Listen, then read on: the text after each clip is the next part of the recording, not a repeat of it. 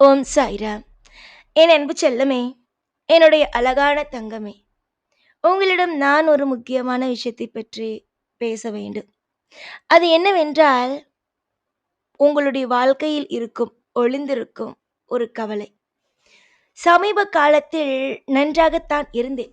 ஓரளவு முன்பு இருந்ததை விட ஒன்றும் அதிகமான கஷ்டம் இல்லாமல் ஓரளவு வருமானம் வந்தது. சாப்பிட்டேன்.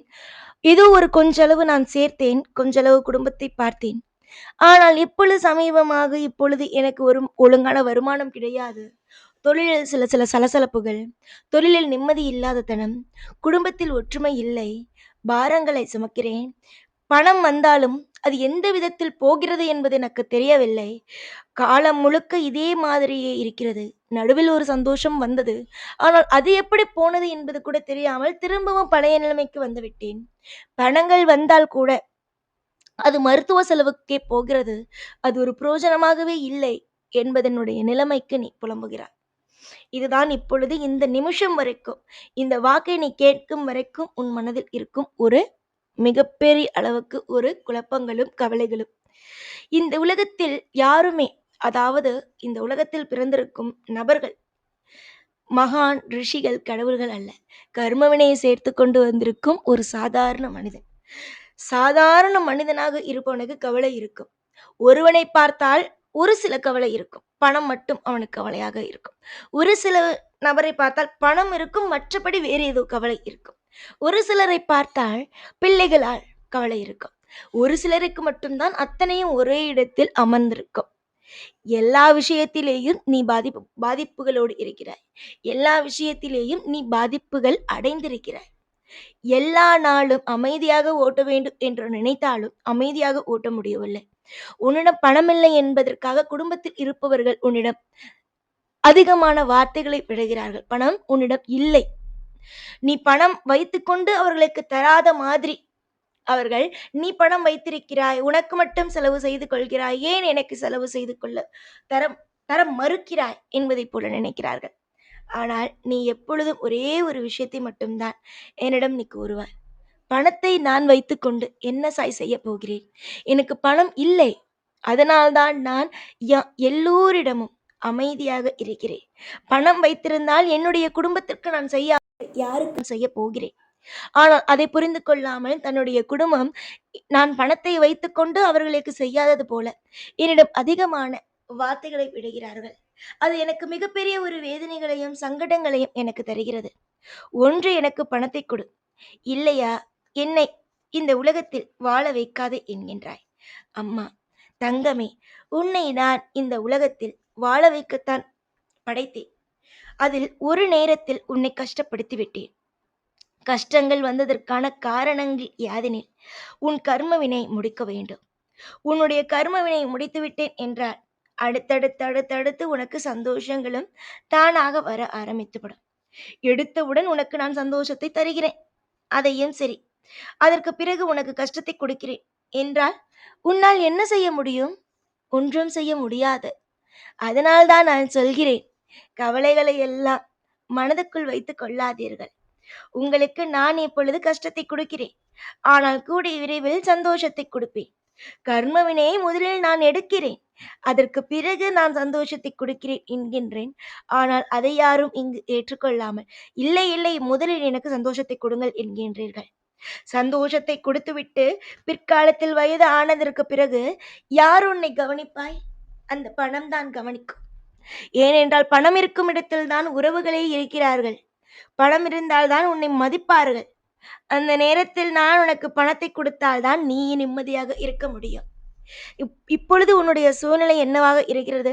என் குடும்பங்கள் என்னை மதிக்கவில்லை என்பதை, உன் குடும்பங்கள் உன்னை தவறாக நினைக்கிறது. உன்னிடம் பணம் இருக்கிறது, ஆனால் நீ பொய் உரைக்கிறாய் என்கின்றாள். எனக்கு தெரியும் உன்னிடம் இப்பொழுது என்ன இருக்கிறது என்று. மன உளைச்சல்கள் இருக்கிறது.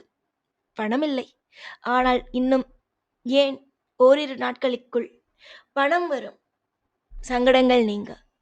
இந்த சாய் அமைதியானவன், கோபத்தில் உச்சமானவன்.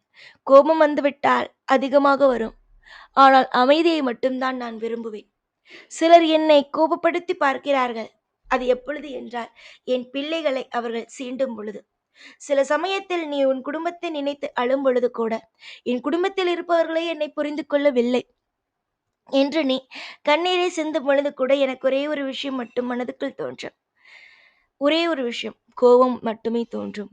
என் பிள்ளையை புரிந்து கொள்ளாதவர்கள் எப்படி என்னை புரிந்து கொள்வார்கள், தெய்வத்தை புரிந்து கொள்வார்கள் என்று. அதாவது பக்கத்தில் இருக்கும் உன்னையே புரிந்து கொள்ள முடியவில்லை உன் குடும்பத்தினர் தெய்வத்தை எப்படி புரிந்து கொள்வார்கள்? விடு.